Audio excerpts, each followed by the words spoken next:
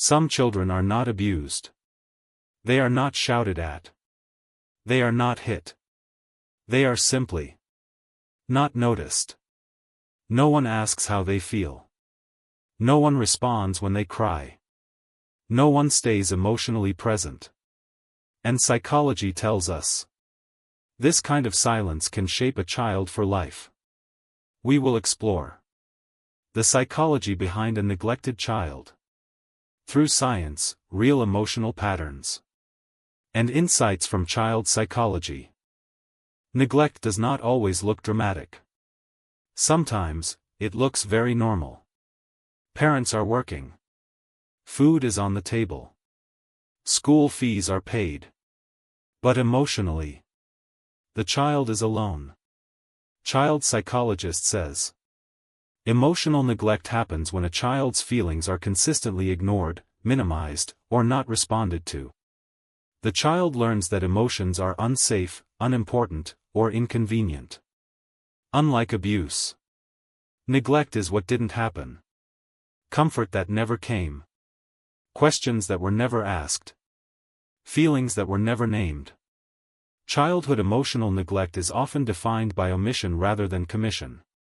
It isn't about what parents do, like physical harm, but rather what they fail to do. Neglect has an invisible nature. Neglect can hide behind a perfect exterior. A child may have all their physical needs met, housing, nutrition, and education, which often makes the emotional void harder for the child, and outsiders, to identify. Because there are no physical scars, the child may grow up feeling like their distress is unjustified. An emotional neglect occurs when a child's inner world is met with silence means feelings are ignored. Invalidation means feelings are minimized or treated as too much. Inconvenience means the child is made to feel that having needs is a burden to the parent. When a child's emotions aren't mirrored or validated, they reach a painful conclusion to survive: my feelings don't matter. A child's brain develops through connection. When a child cries and someone responds, the brain learns, I am safe. My needs matter. But when cries go unanswered, child psychologist, the brain adapts. It stops expecting care. This is not weakness, it's survival. The nervous system enters self-protection mode. Emotional shutdown. Hypervigilance. Early independence. The child doesn't think, my parents failed me. The child thinks, something must be wrong with me. The human brain is a social organ that builds its foundation on responsiveness. When a child experiences neglect, the brain doesn't just stop growing, it reorganizes itself to survive a predictable lack of support. A healthy brain development relies on a process called serve and return.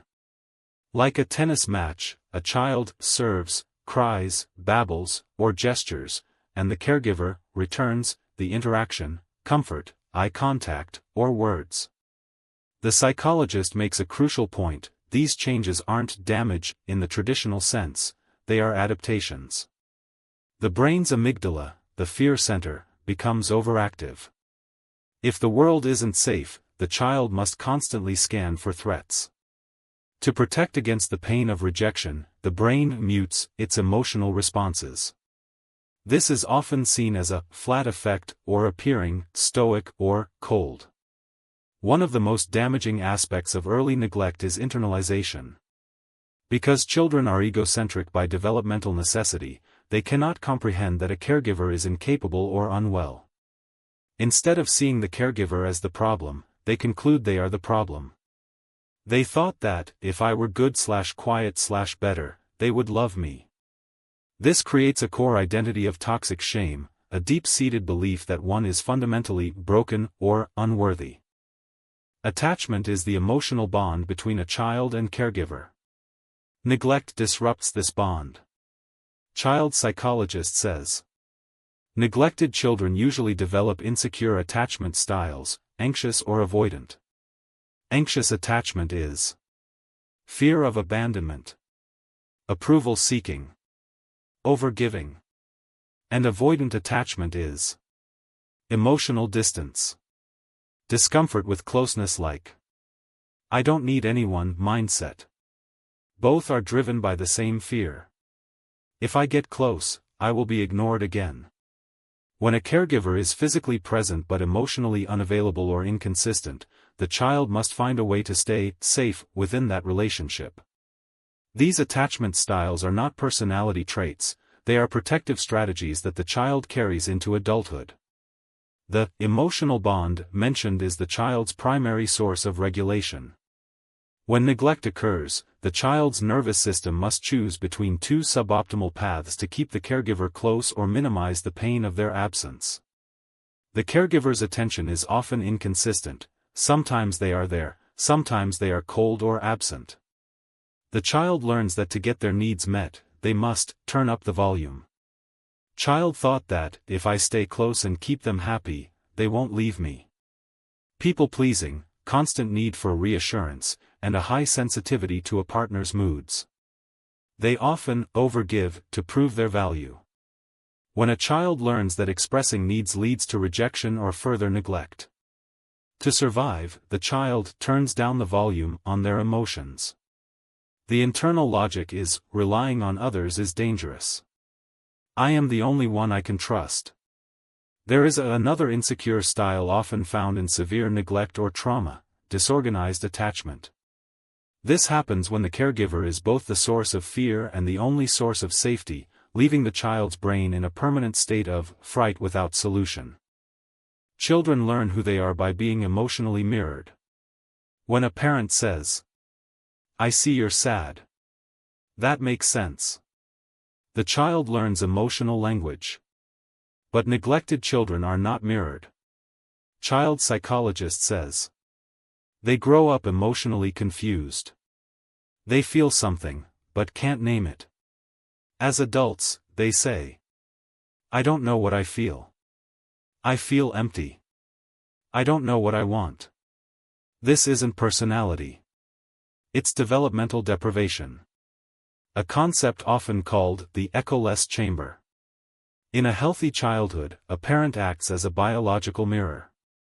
When a child feels an internal sensation, the parent reflects it back with a name, a gesture, or a soothing tone. This process is how a feeling becomes an emotion that can be managed.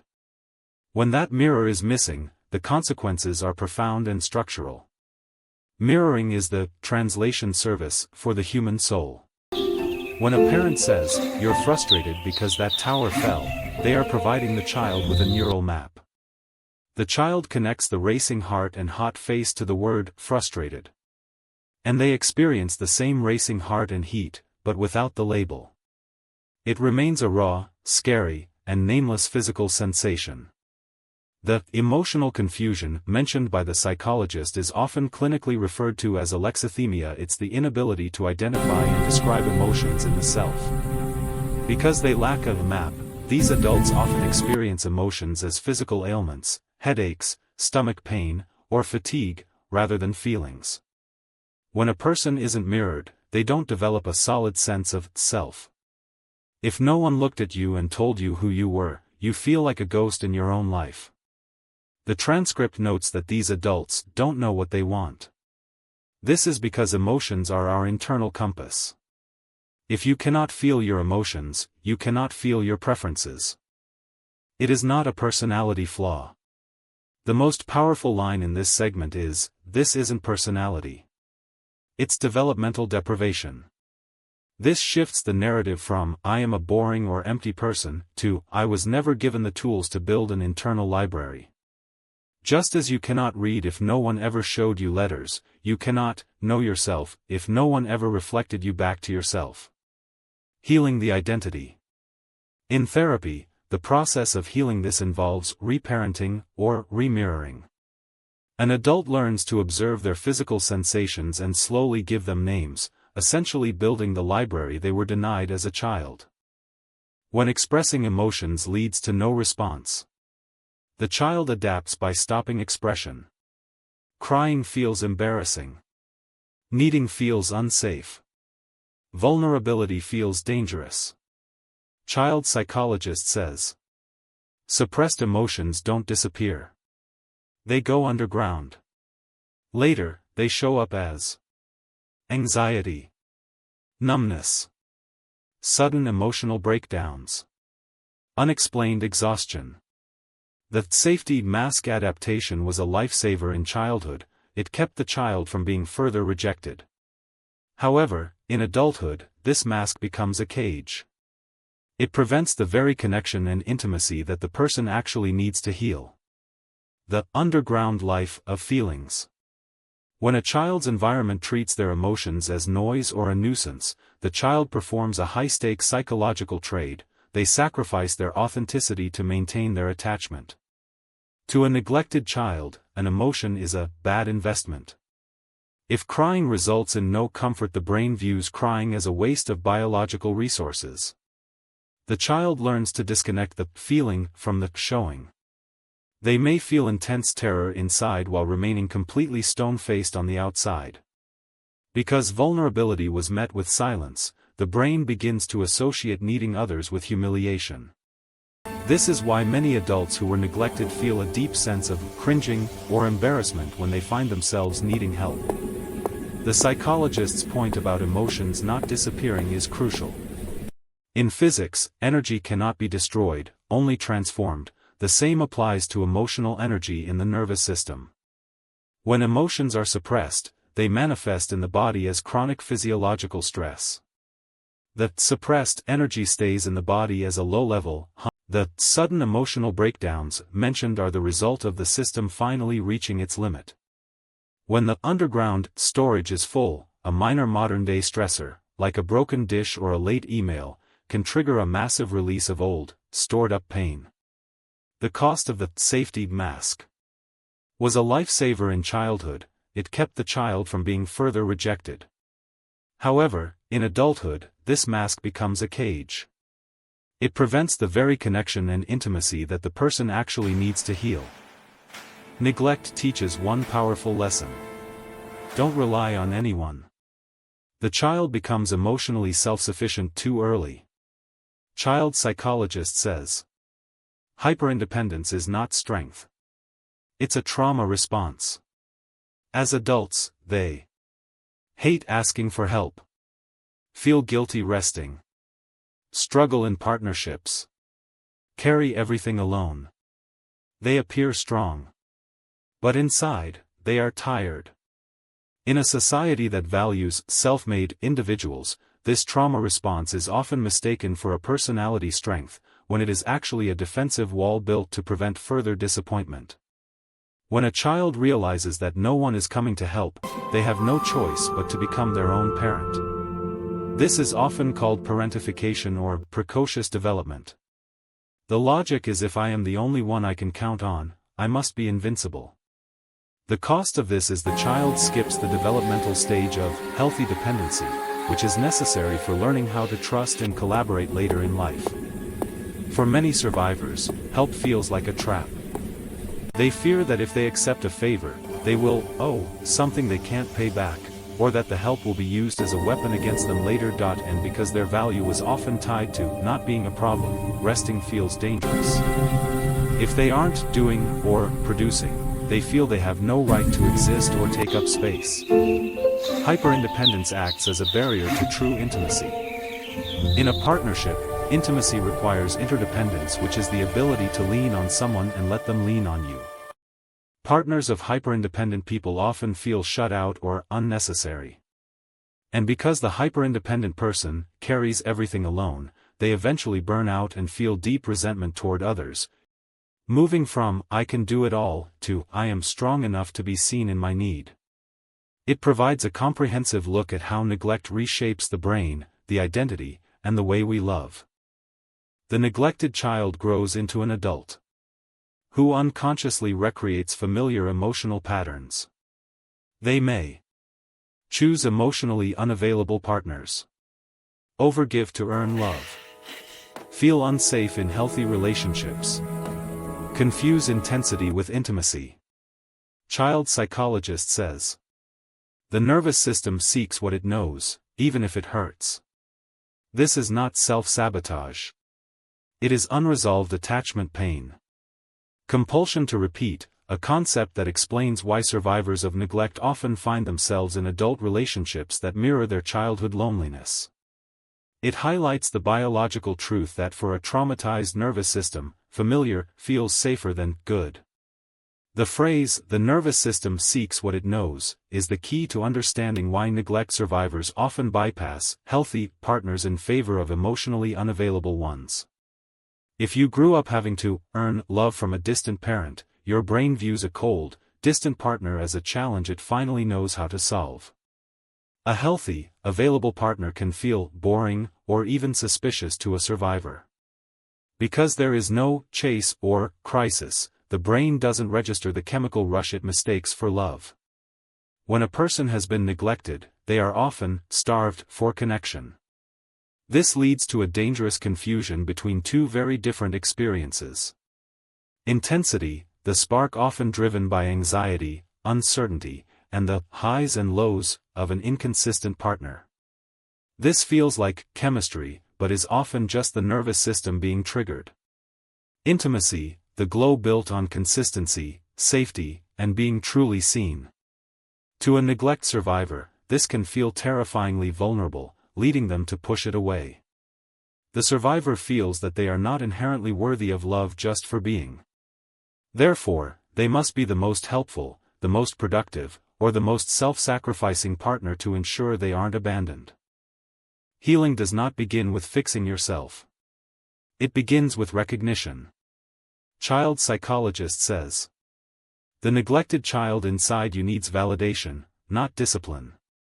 Healing includes naming what happened, allowing grief, learning emotional language, building safe connections, self-compassion over self-criticism. You don't heal by becoming tougher. You heal by becoming safer. Healing from neglect isn't about doing more, but about undoing the defenses that are no longer needed. It moves from a model of performance to a model of presence. The first pillar of healing starts with recognition. For a survivor of neglect, the biggest hurdle is often admitting that the neglect was real or bad enough. Many say, "I wasn't hit, so it wasn't trauma." Recognition means acknowledging that the absence of the good, comfort, attention, mirroring, is just as impactful as the presence of the bad. To heal, one must name the nothingness they experienced. Naming it gives the brain a target to process rather than a vague sense of emptiness. The psychologist's point, the child inside needs validation, not discipline, is the core of trauma-informed healing. Most survivors have an internal critic that yells at them for being lazy, needy, or emotional. This is just a continuation of the neglect. Healing is the process of replacing that critic with a nurturing parent voice. Instead of saying, "Get over it," the voice says, "It makes sense that you feel this way." Healing happens in community. By experiencing a friend or partner who actually responds when you cry, you slowly rewrite the "I am safe" script in the brain. The goal is becoming safer. The most profound line is, you don't heal by becoming tougher. You heal by becoming safer. Toughness is a wall, it keeps everyone out, but it also keeps you trapped. Safety is a foundation, it allows you to lower the wall because you trust your ability to handle what comes in. A final reflection of this journey from the brain under neglect to healing is a journey from survival to living. It's about moving from a state of reaction to a state of connection. A neglected child doesn't grow up broken. They grow up surviving. And survival is intelligent. But it is not the same as living. Healing begins when you say, "You were just a child. You didn't imagine it. You deserved more." It shifts the perspective from a clinical or psychological diagnosis to a deeply human realization that the behaviors we struggle with as adults were once brilliant, life-saving strategies used by a child with no other options. A narrator makes a critical distinction: survival is intelligent. Reframing brokenness. Often, people who experience neglect feel faulty because they can't just relax or just trust. This ending reframes those traits. Hypervigilance wasn't a flaw, it was a high-level security system. Shutdown wasn't laziness, it was a power-save mode for a system under extreme stress. The goal of healing isn't to fix a broken person, but to give a surviving person permission to finally put their guard down. 3 specific phrases that serve as the antidotes, or 3 pillars of the inner child to the toxic shame of neglect. These are more than just affirmations, they are cognitive restructurings. This breaks the illusion of omnipotence. Children often believe they are responsible for their parents' emotions. This phrase returns the responsibility to the adults, where it belongs. You didn't imagine it, neglect is the trauma of nothing. Because there are often no visible scars or big events, survivors often gaslight themselves. This phrase provides reality testing and external validation. You deserved more. This addresses the core wound of unworthiness. It establishes a standard of care that was missed, allowing the adult to finally feel the healthy anger or grief necessary to move forward. We note that survival and living are not the same. Living requires vulnerability, which survival forbids. The journey of this, from the developing brain to the repeating of wounds to the final, candlelight ending, is a roadmap for reparenting. Neglect tells a child, you don't exist. Healing tells the adult, I see you, I hear you, and you matter.